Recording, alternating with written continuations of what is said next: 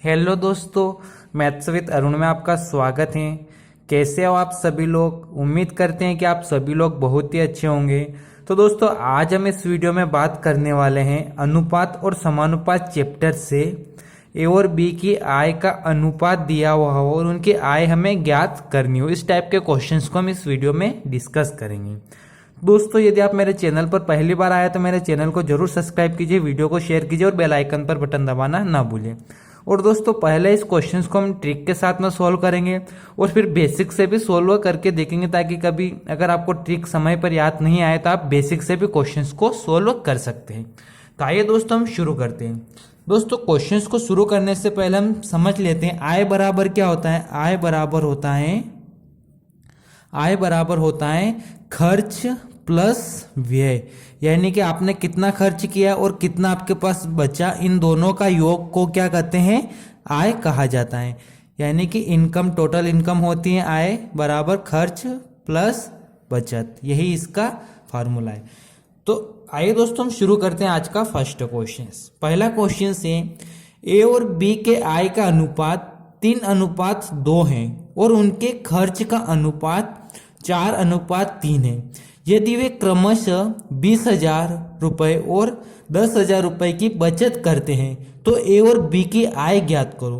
तो दोस्तों, पहले इस क्वेश्चन को हम सीधे ट्रिक के साथ में सोल्व करते हैं। तो यहां पर हम लिख लेंगे ए और बी, क्योंकि ए और बी के आय का अनुपात दिया है। तो सबसे पहले हमें यहां पर लिखना होगा आय का अनुपात। क्या लिखेंगे हम? यहां पर लिखेंगे आय का अनुपात। आय का अनुपात कितना दिया है?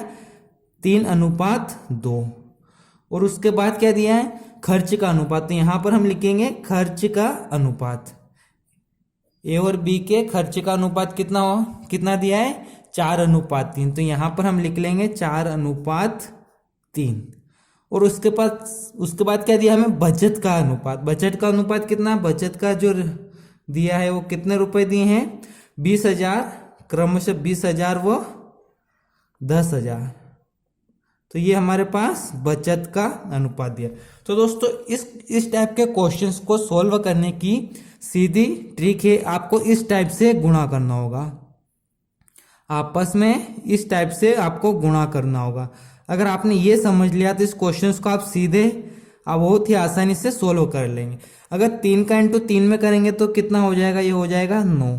और यहां से इसका 4 का इंटू 2 में करेंगे तो कितना हो जाएगा? 8। 4 दूनी 8। और 3 का इंटू अगर 20,000 में करेंगे तो कितना हो जाएगा? ये हो जाएगा 60,000। और 4 का इंटू 10,000 में करेंगे तो हो जाएगा 40,000। एक बार इसको समझ ले, हमें इस तरह से गुणा करना होगा। 3 का इंटू 3 में करेंगे 9, और 3 का इंटू 20,000 में करेंगे तो हो जाएगा 60,000। और 4 का इंटू 2 में करेंगे तो 8, और 4 का इंटू 10,000 में करेंगे तो 40,000। अब हमें यहाँ पर देखना होगा कि यहाँ पर 9 और 8 के बीच का डिफरेंस कितना है। यहाँ का डिफरेंस निकल कर आया हमारे पास 1।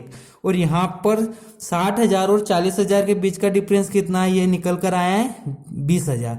यानी कि 1 के बराबर हमें कितने का डिफरेंस मिला है? 20,000 का। यानी कि 1 बराबर 20,000 का डिफरेंस है। तो हमसे पूछा क्या है?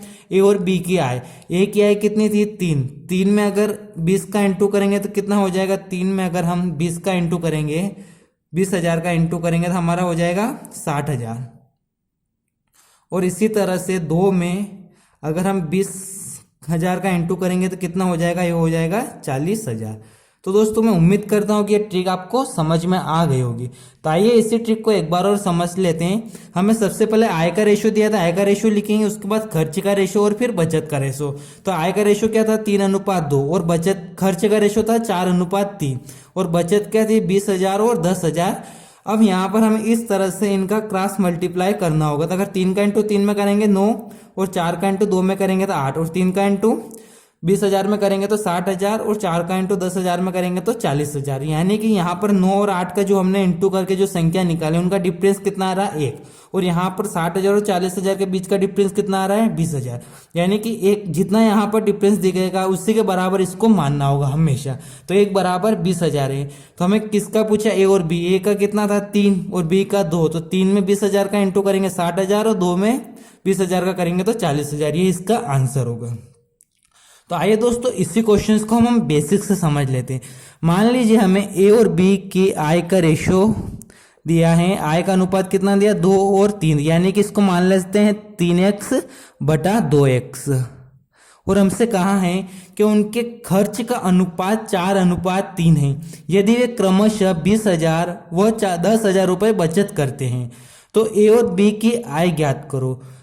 अगर हमारे पास जो आय का अनुपात है, अगर इसमें से हम बचत को घटा लेंगे तो हमारे पास किसका रेशो निकल कर आ जाएगा, खर्च का रेशो निकल कर आ जाएगा। अगर हम ए और बी के दोनों के आय में से ए की इनकी बचत को घटा लेंगे, आय में से बचत को घटाएंगे, ए की बचत कितनी थी 20,000 और बी की बचत कितनी थी 10,000। अगर इनके बचत का रेशो हम घटा लेंगे तो ये किसका रेशो बन गया, अब हमारे पास खर्च का अनुपात। और खर्च का अनुपात कितना दिया, हमें दिया है 4:3। अब इनका अगर हम क्रॉस मल्टीप्लाई करेंगे तो 3 तेरह 9x, 20,000 में 3 का करेंगे तो 60,000, 4 का इंटू करेंगे 2 में तो 2x में 8x और 10 में करेंगे तो 40,000। 8x को इधर लेके आएंगे तो बचेगा x और 60,000 को उधर लेके आएंगे तो बचेगा 20,000, यानी कि x बराबर कितना निकल कर आया है 20,000। हमें a बराबर कितना था 3x और b बराबर कितना था 2x। तो अगर यहाँ पर हम 3 इंटू 20,000 करेंगे तो हमारे पास आएगा 60,000 a की आय, और इसी तरह 2 इंटू 20,000 करेंगे तो हमारे पास आ जाएगा 40,000 बी की आय। यही इसका आंसर होगा। तो दोस्तों मैं उम्मीद करता हूँ कि आपको बेसिक भी समझ में आ गया होगा और ट्रिक भी समझ में आ गई हो। तो इसको बेसिक को एक बार और समझ लेते हैं। हमें आय का अनुपात दिया था, आय को हमने मान लिया 3x और 2x, और उनके खर्च का अनुपात यानी कि खर्च का अनुपात 4:3 है। यदि वे क्रमशः 20,000 और 10,000 बचाते हैं, अगर इनके आय में से अगर हम इनके बचत को घटा लेंगे तो हमारे पास खर्च का रेशो निकल कर आ जाएगा। आय में से हमने क्या किया, बचत को घटाया तो खर्च का रेशो आ गया, और खर्च का रेशो क्या दिया था 4:3, तो उसके बराबर लिख लेंगे और इसको सोल्व करेंगे तो हमारे पास x की वैल्यू आएगी 20,000। तो इसी तरह से हम ए और बी का आंसर निकाल लेंगे। तो आइए दोस्तों इसी टाइप के क्वेश्चंस को हम अगले क्वेश्चंस को सीधे हम ट्रिक के साथ में ही सोल्व करेंगे। अगला क्वेश्चंस में दिया गया है ए और बी के आय का अनुपात 5:3 है और उनके खर्च का अनुपात 9:5 है। यदि वे क्रमशः 26,000 और 18,000 रुपए की बचत करते हैं तो ए की आय ज्ञात करो। तो इस बार इस क्वेश्चन में हमें क्या पूछा, ए की आय, यानी कि ए और बी के आय का अनुपात। यहाँ पर लिखेंगे हम आय का अनुपात कितना दिया, आय का अनुपात दिया हमें 5:3, और खर्च का रेशो क्या दिया, खर्च का अनुपात दिया है हमें, खर्च बराबर दिया है 9:5, और बचत का रेशो क्या दिया, बचत का रेशो दिया है इनका 26,000 अनुपात 18,000।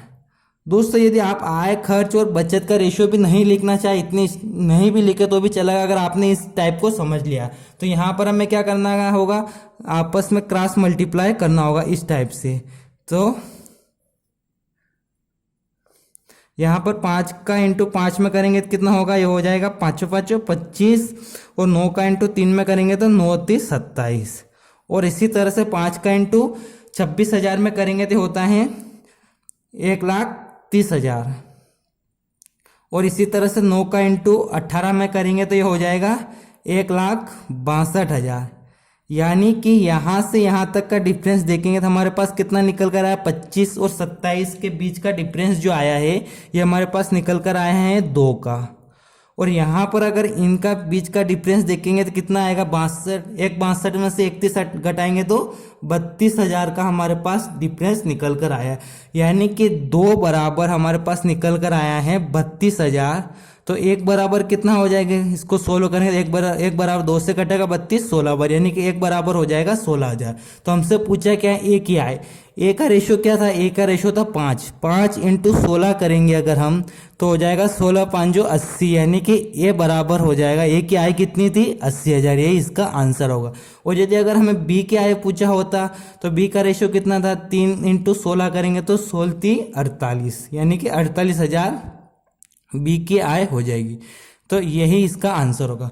तो दोस्तों मैं उम्मीद करता हूं कि इस टाइप के क्वेश्चंस आपको समझ में आ गए होंगे। तो दोस्तों मेरे चैनल को जरूर सब्सक्राइब कीजिए और वीडियो को अधिक से अधिक शेयर कीजिए। और दोस्तों वीडियो देखने के लिए धन्यवाद।